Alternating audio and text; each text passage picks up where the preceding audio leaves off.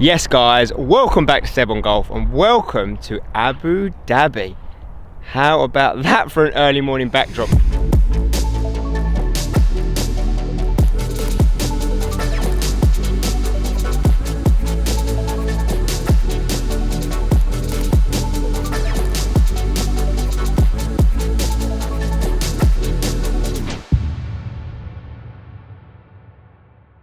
There's Mr. Andy Carter, UAE resident.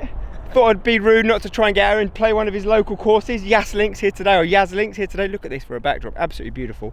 Yeah, lots coming in today's video, including some Q&As. I tend to do at least once a year a Q&A. You guys have been sending me in your questions, so I'm going to be going through some of those within this video.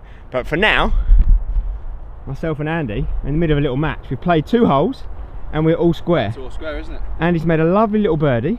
Beat me on the first. Yes. And I made a nice little birdie down the par 5 second. Par 5 for you, that was almost a par 3 for you. You destroyed that. Yeah, it was favourable tees.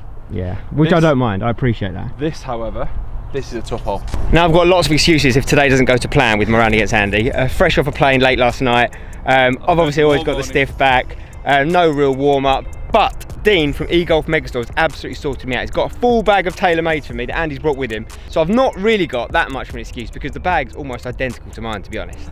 So I've sort of lost that excuse. But lost the lies and everything. Yeah, he's done it all. Fair play to him. But thank you very much, Dean. Really do appreciate that. Andy, come on then, smash us away. Are you ready? I'm gonna take the corner on. Oh. I tell you what, he's only gone and done it. He's only gone and high drawn one round the bunkers. Oh, that's perfect. I'm in trouble. What is it to carry that bunker? 60? So to carry the bunkers about 260 left bunker.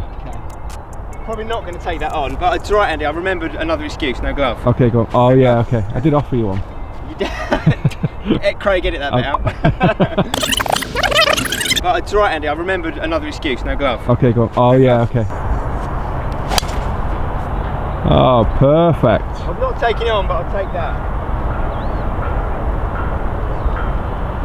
There it is. We're off. There is very little justice for you there, mate. You've absolutely ripped it. I've pushed mine out to the right, ended up hitting it pretty close. See that ball there? Andy nutted a drive, bang on his line. Got through the fairway.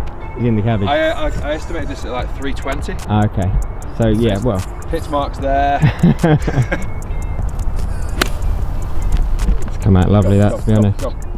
And sit. Yeah, that's pretty tidy from there, to be honest, mate. Stop. Right, we're looking at 2 nice little birdie putts here. But Andy, is it a good time to let you know I've got a shot on this hole? It's never a good time to let me know about that. So you've got an eagle putt, right? So I've got an eagle putt, basically, yeah. Oh, it looked good all the way. He looked good all the way. Oh, lucky. That. You can have that. Thank you, mate. Appreciate it. Nice victory. Thank you. 1 up. Gonna need it. Out the flag with the draw. Where's that headed, Andy? Pull, left side of the green. Okay. Yeah, pin high. Right, let's hit my tee shot and let's get into these questions. It needs to draw. Yeah, it's not. Okay. That, I think, is wet. That is wet, which is quite a nice segue actually, Andy, because question number 1. Question number 1. So you guys have sent some questions in, and by the way, guys, if you haven't obviously sent a question, I'm not answering your question. Leave a comment right down below now and ask me a question in the comments, and I'll do my best to answer as much as I can. I'm going to try and answer every single one, guys. So comment down below now any questions you want me to answer for you. If I'm not answering them in this video, I'll answer them in the comments. Question number 1 is from Markio. He says, I'm an 18-year-old guy who finds golf very frustrating. Well, I can definitely relate to that. How do I keep my head on the golf course? Well, this is definitely a good link because I've just hit that one probably wet, probably taking a drop down there. Andy, I don't know what your thoughts are, but for me, keeping your head on the golf course is probably one of the most important things. It's important. It's probably it's the most difficult thing as well. That's true. For me, it has to come down to pre-shot routine. Okay. Same routine whether you hit a good shot or a bad shot, which is very difficult to do. But I think if you've got a consistent routine that you follow, whether it's a putt, drive or iron shot, whether you've hit a good shot or a bad shot, keeping the same routine every single time. I think that's massive. I couldn't agree more with that. I think being able to keep yourself without having to have too many new thoughts into your head. Yeah, exactly. Keep level-headed. There we go. Nice little up and down the end, but I've lost the hole. Back to all square. But question number 2 from Tibinek. I think I've pronounced that correctly. Apologies if I haven't. He says, or she says, who would you like to film a video with most? What video would it be? Well, I've been very, very lucky. I got to film with pretty much almost everybody in the golf content world, but not everybody from America. There's a lot of people over in America I've never had the chance to film with, but I am hopefully going to be heading out to America for the PGA show again this year, Andy, which is next week as we film this one. Yeah. So I'm hoping to film with GM Golf and the boys over there, possibly Zach Radford. I've done some stuff with Eric Anders Lang before. We've been at the same events before. We've never actually done a full-on video together, so I'd love to do one with him one day. Andy, we've been talking about filming for a long time. We have actually. We actually were meant to play probably years ago at the Oxfordshire, and I had a horrible football injury. Yeah, I had to pull out last minute, which is a real shame. Sprained your ankle, didn't you? Yeah, had an absolute shocker. It's probably one of the last injuries I ever got in football, because I pretty much retired soon after that. So this is a good one ticked off, filming with Andy today. But yeah, guys, comment down below, who would you like to see me film with that I haven't already? Andy, anyone for you that you'd like to film with you haven't already? Eric Anders Lang would definitely be up there. Obviously yourself. Yeah. Well, here we go. We're getting it done. Goes without saying. We're getting it done. And I would also say me and my golf. I've got a lot of time for the guys. Great guys. They're obviously in Dubai quite a lot, so I catch up with them. So 2 very good guys. Yeah, I've obviously got to play and film with Andy and Piers many, many times, and they are 2 of the nicest guys you could hope to meet, not just in YouTube golf, but in general. So shout out to those boys. Right, I've hit my shot in, didn't film it, and I'm gutted because look where it's ended up. There for 2, net 1. Andy's fuming. He's absolutely livid about that because he hit a great 3-wood miles past my driver. It's a long way this time. You might need to hold this, or else I'm going 1 up into the turn. Come on, Andy, let's see. It's looking pretty good. A little bit right, maybe. Yep. Just on the right hand side. Easy game. Easy game. Robbery. Robbery. That is daylight robbery. Theft. Okay, so we go over to the back 9, you're 1 up. Yeah, back 9, right, so guys, now there's going to be a full 9-hole match now between myself and Andy on his channel. So as I said earlier, link down below, head over there and see who won. Right, so Andy Armitage, or Armitage, apologies if I got that wrong as well, mate. What handicap were you when you were growing up? Well, to be honest, guys, some of you may know this from other Q&As. Didn't really play golf till I was a bit later on, to be honest. I played a bit when I was a kid, like here and there, but I wasn't like actually a member anywhere and took it seriously till I was much older. So started golf probably about 21, 22. And I only ever played off 18. I think it's because I didn't really understand the handicap system, but I basically put myself up 18 straight away, so it was easy to calculate. And it took me quite a long time to come down from there for obvious reasons. But yeah, I then made sort of steady progress over the first few years, got down to about 13, and then I joined the Shire. And the Shire London is where I really kicked on. Started having lessons with Lee Cox, and he changed my grip, gave me a much stronger grip. I was quite weak and missed a lot of shots to the right. And yeah, thanks to that, in 1 year I went from 13 down to 6. And then basically the last sort of 5 years I've sort of eked down from 6 down to the lowest I got was 3. And right now with the back, the last few years I've gone back up to 4 right now. Okay, Heaver 1987 asks, would you recommend a custom fitting for a new starter golfer? I couldn't recommend it more. Couldn't recommend it more. Hang on, actually I will sort of asterisk that. For a starter golfer, it's not necessarily when you're just starting golf. The most important thing is you're out there playing, enjoying yourself, just getting to know the basics of the game, the standard things, and getting yourself set up. But after that, once you start making a commitment, if you are going to join a club and you're going to start playing maybe once a week, then you definitely need to get a fitting, because for me, it's been a massive change. Since I've been working with the guys at TaylorMade, and they've started to really take me down to the performance centres and get me kitted out for some of my clubs properly, it's made a huge difference. And the biggest thing I think it makes is it does make your better shots better, of course it does, but that's not the most important thing for amateur golfers. For me, a fitting is going to make your bad shots better. So if your bad shots are better, you're eliminating them big numbers. That's the most important thing a fitting is going to give to you. It's going to make those bad shots less bad, which I think is absolutely massive. So if you really want to improve your game, I would definitely recommend getting yourself fitted. There we go, we have just finished here on the 18th. What a tough hole that is, by the way. Stroke index 3 for a par 5. You know it's going to be a tough hole. Very, very long. 3 really good shots needed. If you want to find out who won in the match, remember, go over and check it out on Andy's channel. And now for me, time to get inside. Quick change, I think, quick shower. Get over to HSBC Abu Dhabi Championships, where, yeah, I've got a bit of an announcement to make, guys. So here we are now down at the Abu Dhabi HSBC Championship, and let's get straight into another question. Joe Goldie asks, what is the most efficient way to spend an hour at the driving range? Well, here's the driving range. You can see me in the background there. First competitive round today, so the boys are either warming up for their afternoon round or they've just come off their round and they may be working on a few things that didn't quite go to plan on the round. For me, it all depends on what you're working on. So for example, what I would definitely say you need to do is, if you're an amateur golfer like me, definitely if you're going an hour of practice, you don't want to spend an hour on the range. You want to maybe spend half an hour, 35 minutes of that on the short game area, maybe even more. I would say I think you're much more going to get much better return on investment of your time if you spend that on the short game area, if you're anything from like a 5 handicapper upwards, I would say. Certainly that's what I find anyway. But then definitely important to do a warm up, so make sure you're warming up. I've had a lot of injuries with golf, so always make sure my wrists are warmed up and my back massively, definitely want to be limber. And then for me, I like to start in a practice session with short game, like get the hand-eye coordination going, so maybe do some chips and pitch shots around the short game area. And then I'll go to the range, and obviously after I've done a warm-up, all the different shots, I'll try to batch it into a very specific practice, so maybe like 20 balls. I'll get them in like 4 sections of 5, and then I'll do lots and lots of things that I'm trying to grind in. If I'm trying to grind in right now to get my left shoulder lower, I'll really grind in that feeling and do lots of practice swings, but then only limit it to maybe 5 shots per club. So maybe I'll start with like a 9-iron, do 5 of them, taking lots of time on each one, really being very deliberate. And then maybe for the second batch of balls, go to like a 7 or a 6 and go through the bag, and then finish with maybe a hybrid or even a 3-wood off the deck if I'm working on a swing thought.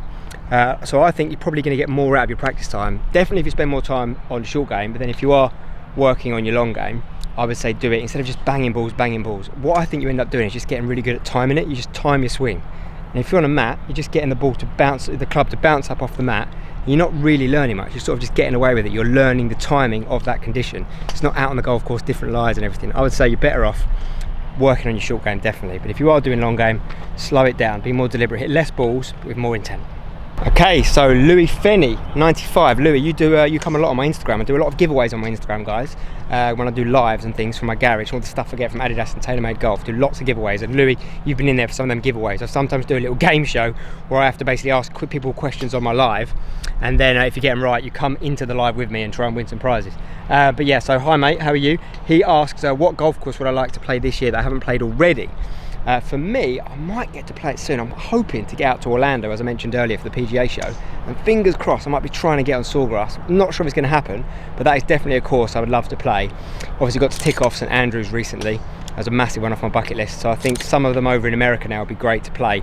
Sawgrass or Pebble Beach would be amazing. I'd love to try and get them in this year if I can. Okay, so next question from Josie J87. Do you play many golf video games? And if so, which was your first?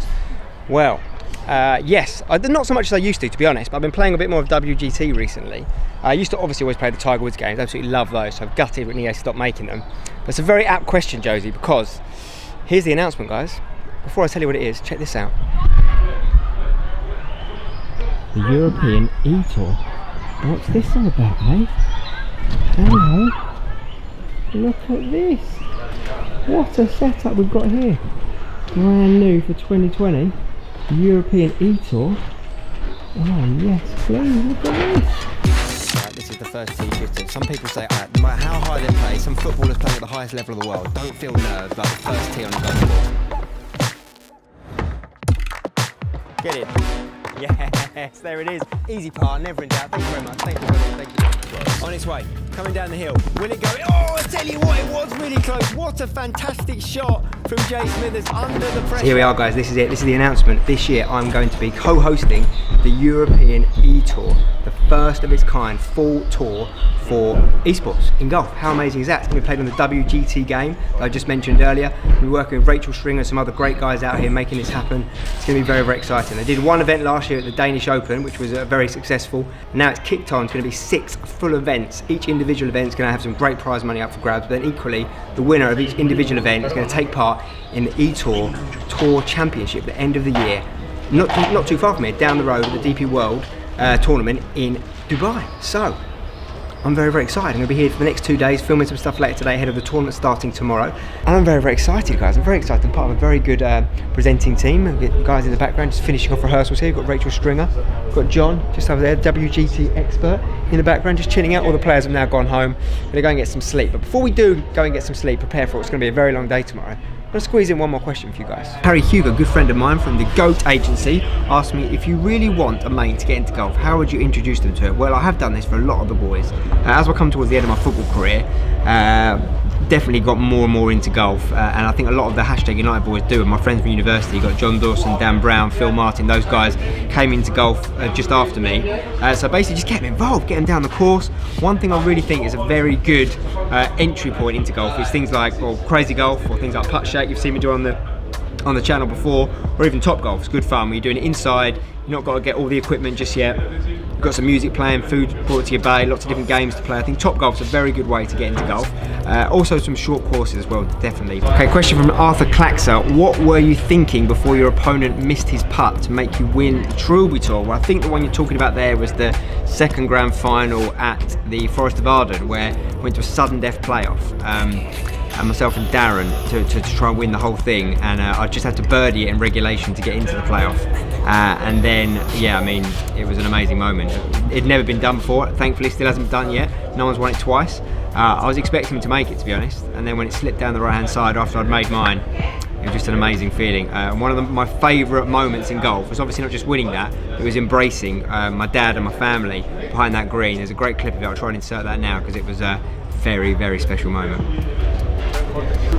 Chris Berry UK asks, personal targets for the golf season. It's a tough one, to be honest. I mean, last year I did an Instagram post where I said this year wanted to be my return to competitive golf for 2019, and by a lot of way I did get back my form. I did play much better golf in 2019. Not quite the level I was at before that, but much better. I was much more consistent, and my bad rounds weren't anywhere near as bad, and I had a few low ones. Finished the year off playing at the Oxfordshire with Phil Martin, actually shot an under par round, which was fantastic in nearly my last round of the year. For 2020, I want more of that, to be honest. I don't know how much I'm going to get to play this year compared to last year, because obviously we've got baby number 2 on the way. If you didn't know that, yeah, we're having another one. Nellie's going to have a brother or sister coming in April, so that's certainly not going to help.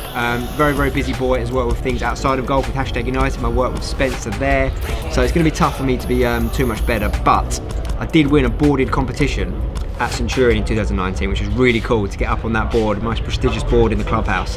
I'd love to get back up on that, but I think probably my main goal would be to try, if I can, to get my handicap back down to 3.